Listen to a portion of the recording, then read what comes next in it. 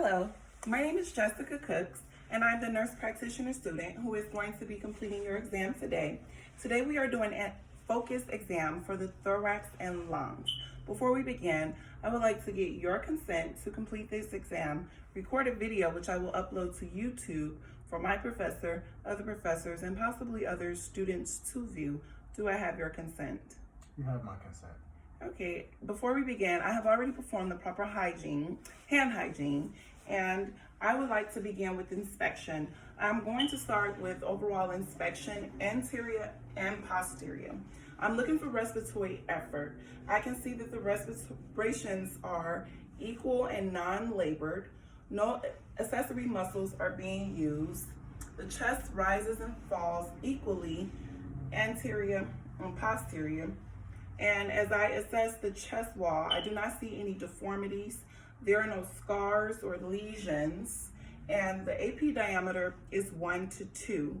I am also going to check for cyanosis by checking for discoloration of the mouth and the lips. And can I have your hands? And I'm also going to check the fingernails for cyanosis or for clubbing. None is present in this patient. Do you have any difficulty breathing? No. Any problems with shortness of breath? No.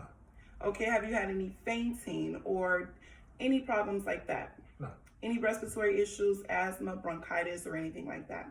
No, ma'am. Okay, and the patient is negative for a respiratory history, so we're going to go ahead and continue with this exam, and we're going to go to respiratory excursion. I'm going to start by palpation, and I'm going to start under the costal margins. I'm going to have you take a deep breath in and out. Okay, and checking the respiratory excursions, I can see anteriorly that my hands rise and fall equally. And I'm going to check the extent of the respiratory excursion in the posterior area at about the 10th ribs. You can go ahead and breathe in and out.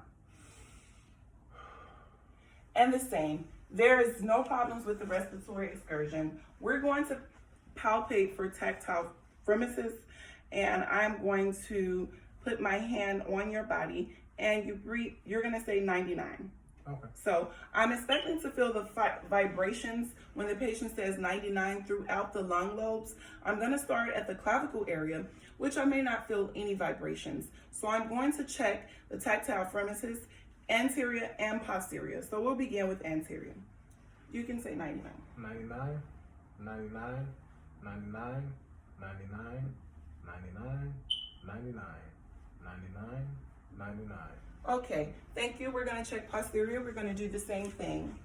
99, 99, 99, 99, 99, 99, 99, 99, 99, 99. Okay, thank you. And I can feel the vibrations as the patient say 99. So now I am going to go ahead and palpate to see if there's any costochondral tenderness. Do you feel any tenderness here? No. Okay, and I'm gonna feel the other side. Do you feel any tenderness? No. Okay, so the patient is negative for costochondral tenderness. And we're going to move on now. I am getting prepared to percuss.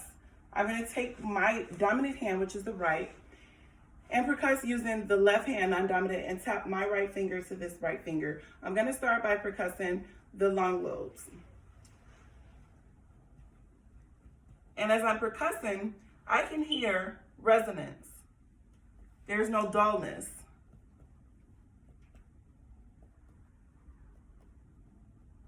And I'm going to percuss posterior.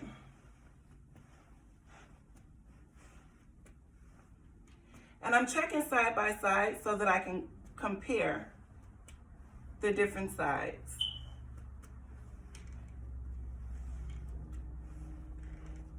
Any tenderness when I do that? No. Okay, and next we're gonna check for diaphragmatic excursion.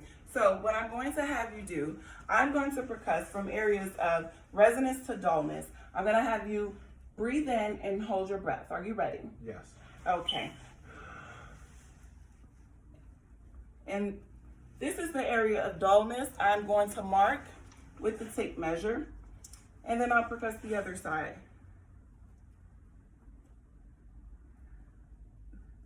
Okay, I'm sorry. We're going. You can exhale. Okay, and now starting from dullness, I'll percuss upward to the area of resonance. I want you to exhale and hold.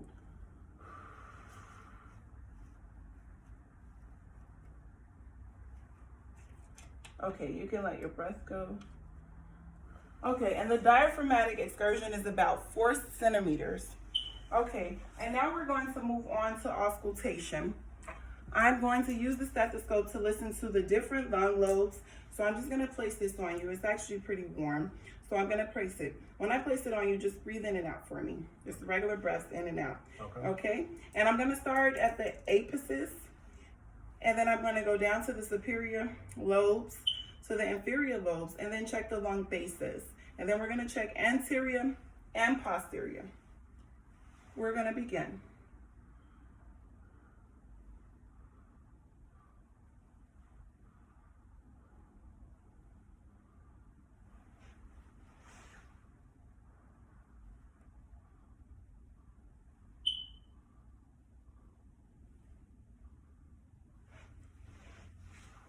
We're also going to check lateral. You can just keep breathing just to make sure we hear the middle right lobe. Thank you. Okay, and I'm going to check posterior. Breath in and out.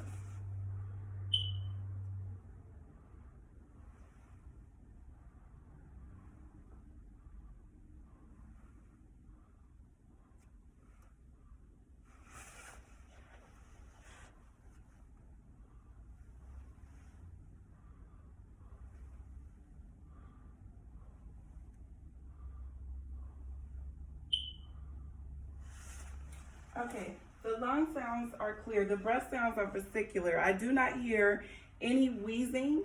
I do not hear any crackles or any other sounds that would raise an alarm. So we're going to do a specialty test.